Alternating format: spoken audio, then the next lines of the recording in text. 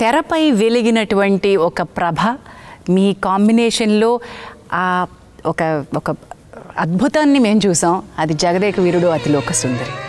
మీరు తలపెట్టినటువంటి యజ్ఞాల్లో చాలా యజ్ఞాలు ఒక ట్రెండ్ సెట్టింగ్ అయితే జగదేక వీరుడు అతిలోక సుందరితోటి ఎక్కడెక్కడ రికార్డులు వర్షానికి కొట్టుకుపోయేలా చేశారు. తుఫాన్లో సినిమాని హిట్ చేశారు. వెనక్కి తిరిగి చూసుకుంటే ఎలా అనిపిస్తుంది సార్ ఆ సినిమా గురించి? గగురు పడుతుందమ్మా.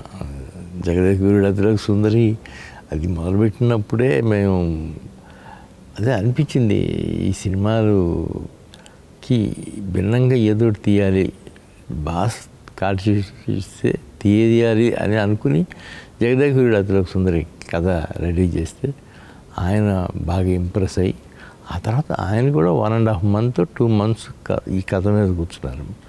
దాదాపు ఆ కథ మీద 27 మంది రైటర్స్ వర్క్ చేశారు. 27 మంది 27 మంది పరచూరి బ్రదర్స్ తప్ప మిగతా వాళ్ళు అందరూ వర్క్ చేశారమ్మా. సత్యానంద్, అల్లమూరి వీరేంద్రనాథ్, జింజాల, తమిళియన్స్ ఎంతోమంది. అట్లాగే అది స్టిల్ రికార్డ్స్ అన్నీ కొట్టిందమ్మా. ఎన్నో సెంటర్లలో 100 రోజులు 200 రోజులు కూడా ఆడింది. థియేటర్లో మోకాల వరకు నీళ్ళల్లో కూడా కూర్చుని చూసారంటే ఒక తుఫాను ఆంధ్రప్రదేశ్ని వణికిస్తున్నా సరే ఎంటర్టైన్మెంట్ అది ఇచ్చిందంటే ఎంత గొప్పతనం అది, ఎంత గొప్పతనం.